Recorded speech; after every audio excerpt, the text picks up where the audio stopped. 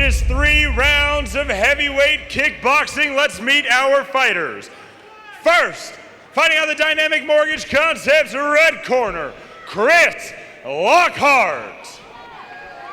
Well, pun intended, if you're going to kick off the second half of the card, might as well do it with heavyweight kickboxers. Chris Lockhart making his way to the ring for the second half of Sparta 75. It's literal punchy-kicky time. Well, if you want any kickboxing tips, they may have been back talking to Demir Singleton because he did it in 10 seconds with a quick and turning side kick. 10-second knockout. Right, checking out the tape here. Chris Lockhart, 33 years old. A specimen at 6'4", 215 pounds. 6-1 in Muay Thai. Facing off against the debut fighter. 21 years old, 6'2", also 215 pounds. Twain Sauvageau. Well, Chris Lockhart was 7 fights to his credit. That's going to have some kind of impact on it, but as you said, a lot of these fighters come from gyms where the guys they train with on a daily basis bring something to the table. That is the truth. You know, I've come to the realization, calling enough fights now and watching enough fights, JR, that when you look at age anymore, with the way dieting is and nutrition is, that, you know, it doesn't have a ton to do with it anymore. Fighters mature a little older. Yeah, as cliche as it sounds, age is just a number. It's true. So true, so true. It is in this, now you look at the NFL, different story, but it is in MMA, it is certainly a different story.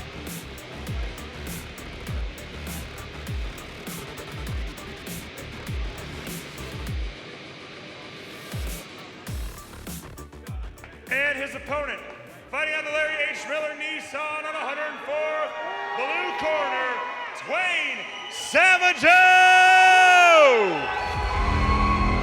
Mr. Sauvageau, sorry, I mispronounced his name there. Twain Sauvageau. You know what, you gave it a heck of a try though, JR, and I was on board.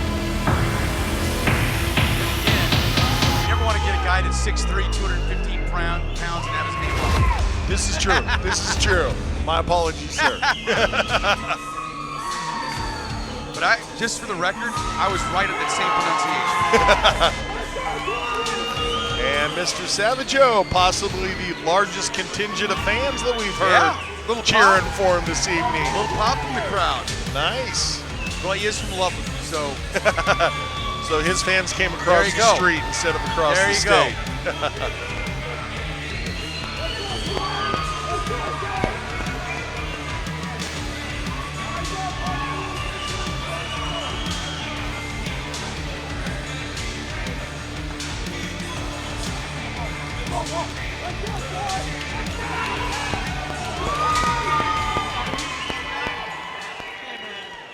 Ladies and gentlemen, this heavyweight kickboxing bout is brought to you by Code 4 Security Services.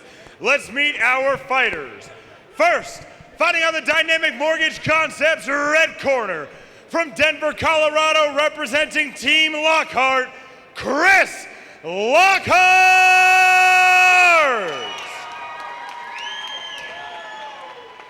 And his opponent, fighting on the Larry H. Miller Nissan on 104th, blue corner.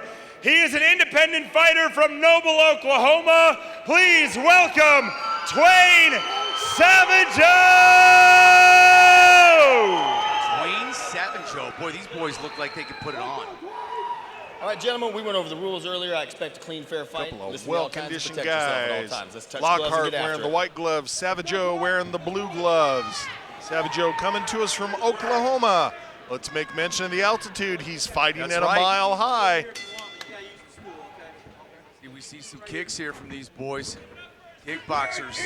Starting it off with the low kick was Lockhart, representing Team Lockhart. So, you know, he's wanting to put it on for his students. And Sauvageau coming out, firing hard.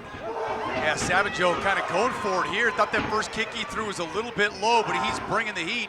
That's for sure. Oh, took a hard right hand. Yeah, he sure did. Answers back with a nice right hook, does Sauvageau. Counter punch by Chris Lockhart, felt the button right on. Yeah, Lockhart tied him up to try to slow things down just a touch. I tell you, Sauvageau Little wild. Oh, that's and a that low was kick. right to the Yeah. groin. A turning back kick to the groin, and Yep. unfortunate turn of events. And that wasn't even close to being at the waist. No. That was 6 inches below. You got to chamber that kick higher. Yeah, Sauvageau, I was about to say, I'm really impressed with his speed for a heavyweight. Yeah, he's got some speed to him. The one thing that he does do, JR, he's a little bit wild, and he leaves himself open. And the thing that we'll see is this a tactic where he knows the altitude's going to get to him, and he's just trying to really finish this fight early on so he doesn't have to deal with the effects of the altitude later in the fight. Good point. I think one thing that Chris Lockhart's corner is doing right now, make it through that first round. You got 50 more. Spinning back fist thrown there by Sauvageau.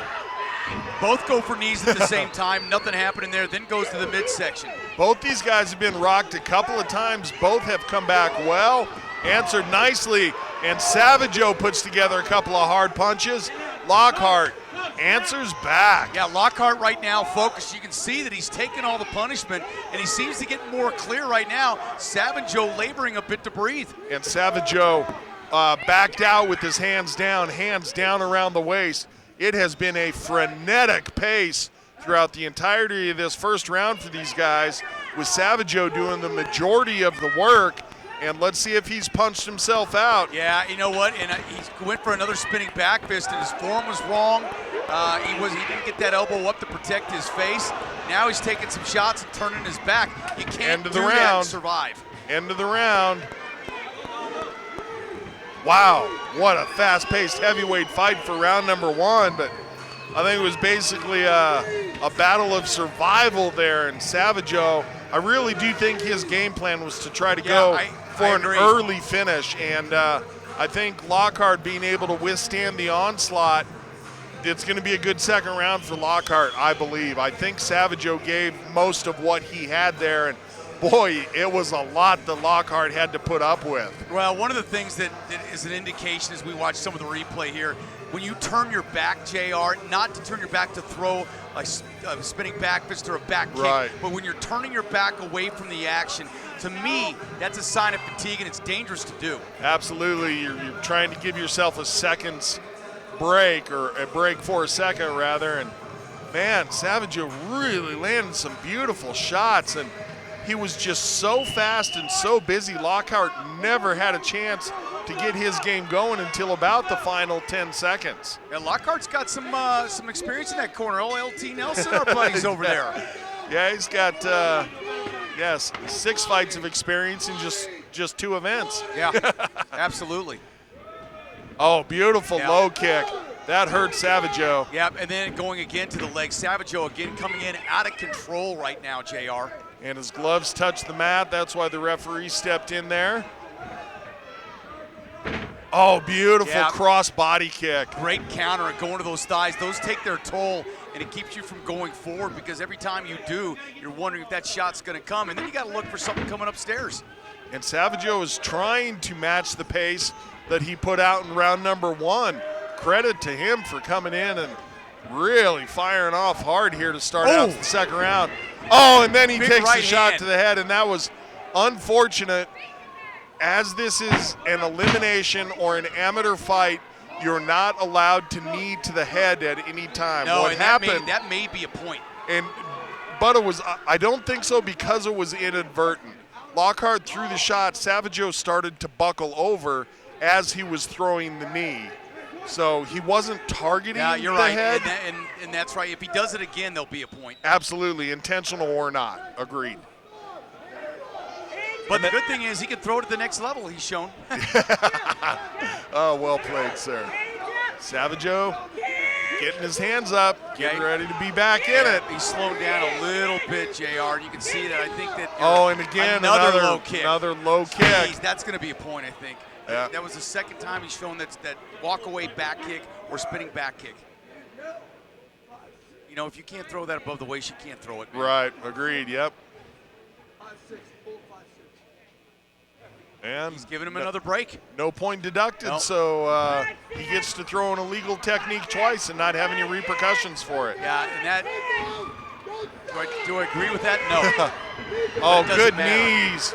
Boy, those blistering knees are just going to take so much energy out of an already tired fighter. Sauvageau, each time I'm ready to count him out, he comes back with some speed, just kind of regathers himself, and almost another low blow.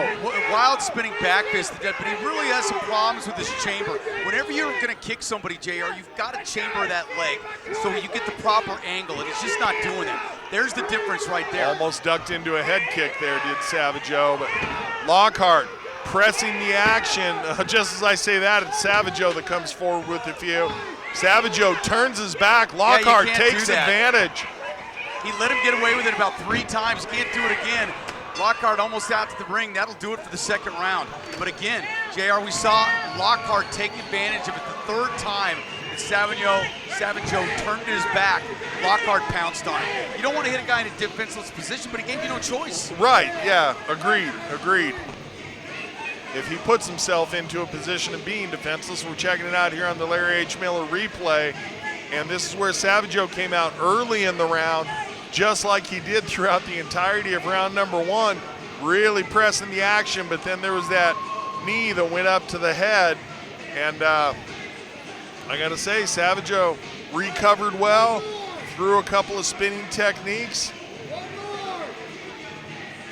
Lockhart, man, these two are in a fight. Yeah, you know, if you're gonna throw those techniques, you gotta throw them correctly, because they can lead to counters and also disqualifications. He's had enough warnings at this point. But it's been entertaining, there's no doubt. Every fight has been. It has been a good show, yes indeed. Boy, these guys are just picking up where it left off, entertaining the crowd for sure. You know, as much as Sauvageau expended in that first round, JR, and I agreed with you, that was kind of where he put his eggs in the basket, but he's done a great job in staying in this thing. Yeah, keeping himself in the fight and taking little breaks to get some recovery and then coming back with a nice flurry. Nice body kick there. I think that's just so smart to go to the body right now by Lockhart. And again, another turn, and when he turned, he got a knee to the thigh. Yeah, it's, you know, Lockhart needs to make him pay for that. I think it's exactly the right thing to do. Oh, beautiful, again to the knee, and that went to the sternum.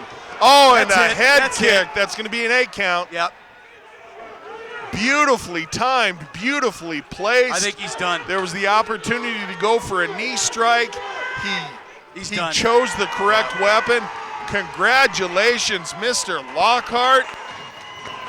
Representing Team Lockhart. Gonna go home with the victory this evening. And Sauvageau, oh my goodness, he just kept bringing himself back into this fight. Wow. He got to about the 4 count, JR, and he was shaking his head. He wasn't gonna come back in. But again, he threw some flurries to begin this fight, but it comes down to weathering the storm, which is what Lockhart did, and then firing the more pristine shots, the more the telling blows of the fight. And for Lockhart, we're watching the knee strikes now that took a lot of the energy out. But man, when he fired off that head kick, he brought the knee up. You talk about chambering your kicks. He brought the knee up. I almost thought it was going to be an unintentional and illegal knee strike. He turned it into the head kick, and it was the perfect weapon at the perfect time, and it garnered him the win. Absolutely. Congratulations, Mr. Lockhart. We'll get the official time from Big Mo, take a word from our sponsors, and then we'll hear from the winner in the winner's circle with Bailey Winters. Ladies and gentlemen, referee Tom Johnson calls a stop to this contest at 46 seconds of the 3rd and final round, declaring your winner by TKO, Chris Lockhart!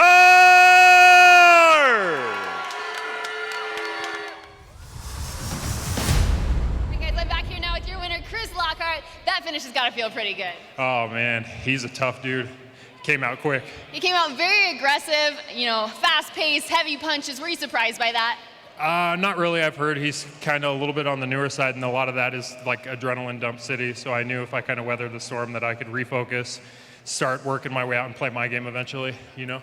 You guys were both throwing with a lot of power, kicks, punches, everything. Did you feel hurt at all during that fight? No, I felt good. You recently won a big national tournament. You got this huge win tonight. What's going to be next from you?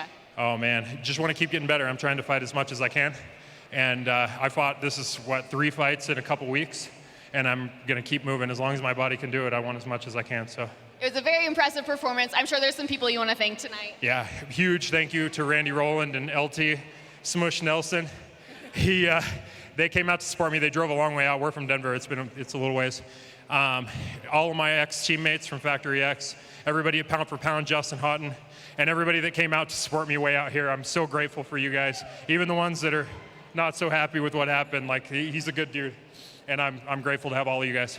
Congratulations on a great win, Chris. Hey, good job. Thank you so much.